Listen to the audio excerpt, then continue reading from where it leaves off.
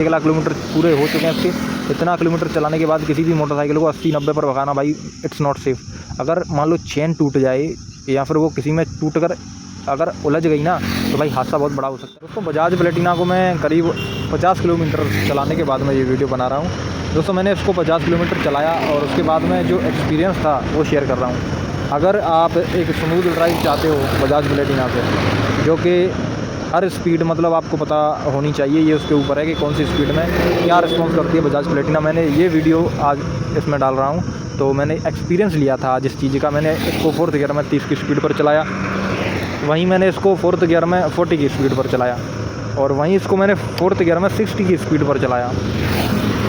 तो जो वाइब्रेशन थे मेरे को, जो वाइब्रेशन लग रहे थे, 1 मिनट इसको साइड कर लूँ, ट्रक्स निकल रहे हैं मेरे यार बगल से। तो जो वाइब्रेशन मैंने फ़ील करे थे वो शेयर करता हूँ। दोस्तों जो वाइब्रेशन मैंने फ़ील करे हैं, मैंने इसको 30 की स्पीड पर चलाया और मैं अकेला बंदा था 50 किलोमीटर की उस सफ़र में। तो उस टाइम पर ये भाई थोड़ी सी मेरा विंड ब्लास्ट हो रहा था, मैं वीडियो डाल दूँगा। विंड ब्लास्ट की तो आवाज़ नहीं आ रही थी, वो भी वीडियो बनाई थी, लेकिन अब मैं रुक के बना रहा हूँ, आवाज़ साफ़ नहीं थी उसमें।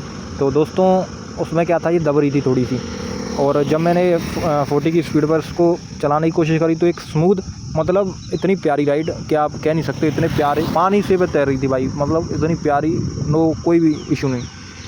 और भाई जब बात आने लगी 60 की तो भाई मैंने इसको 60 पर पुश करा। अभी ये मैक्सिमम जाने के लिए 80 तक चली जाती है, लेकिन 80 तक पहुंचाना मतलब इसकी ताकत को निचोड़ना हो जाता है। तो मैंने इसको 60 पर पुश करा तो आराम से पहुंचते हुए, लेकिन जो वाइब्रेशन थे वो 50-55 तक ही शांत रहे। उसके बाद में वाइब्रेशन आने लगे, और बहुत बुरे वाइब्रेशन नहीं थे लेकिन आने लगे। तो वो एक साइन थे जो कि आप इसको उतनी स्पीड पर पुश ना करें। उन वाइब्रेशंस को भाई कोई एक्सपीरियंस बंदा ही पहचान सकता है। ऐसा नहीं कि 2 साल अब इसी के हुए हैं और आपने बंदा बैठा दिया कि पहचानो, और ऐसा नहीं है। लेकिन कम से कम 4 साल जो बंदा चला रहा है बाइक को लगातार उसी बाइक को, तो वो बंदा आराम से पहचान लेगा कि इसमें वाइब्रेशन है भाई। अब ये बाइक मना कर रही है कि आप मेरे को और आगे पुश मत करो। समझने वाला बंदा इशारे से समझ जाता है, और ना समझने वाले अभी भी इसको 80 पर बजाते हैं। मैंने लगभग 1-2 साल हो गई मैंने इसको 80 पर पुश नहीं करा अभी तक, और ना करूँगा, क्योंकि मेरा देखो एंथुसियास्ट था। 2018 में जनवरी में इसको लेकर आए थे, उसी टाइम पर मतलब मैंने इसको 2 साल खूब भगाया। लेकिन जब 2 साल निकल गई, मेरा जो सिस्टम था वो सारा ख़त्म हो गया।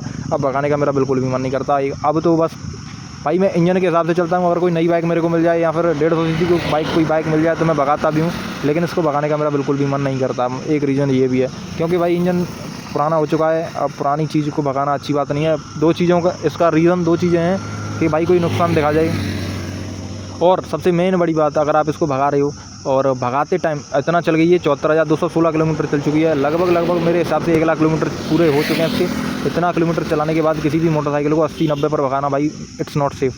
अगर मान लो चेन टूट जाए या फिर वो किसी में टूट कर अगर उलझ गई ना तो भाई हादसा बहुत बड़ा हो सकता है। इसलिए 40 is the comfortable speed for this.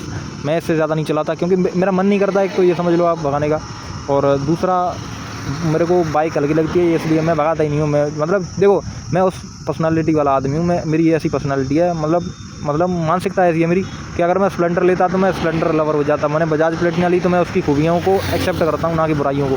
भाई इसकी खूबियाँ स्लो चलना, तो मैं स्लो चलता हूँ। मैं ऐसा नहीं है कि भाई अब मान लो मेरे मन में मान लो अपाची लेने की थी, पापा ने मेरे को ये दिला दी, तो अब मैं इसको अपाची की तरह रगड़ूँ तो क्या उससे क्या हो जाएगा। तो समझने वाली बात है ना। तो ये पापा ने ये दिलाई तो अब इसको केयरफुली चलाना है और बी सेफ। दोस्तों वीडियो अच्छी लगी हो तो चैनल को सब्सक्राइब कर देना। थैंक यू फॉर वॉचिंग, धन्यवाद।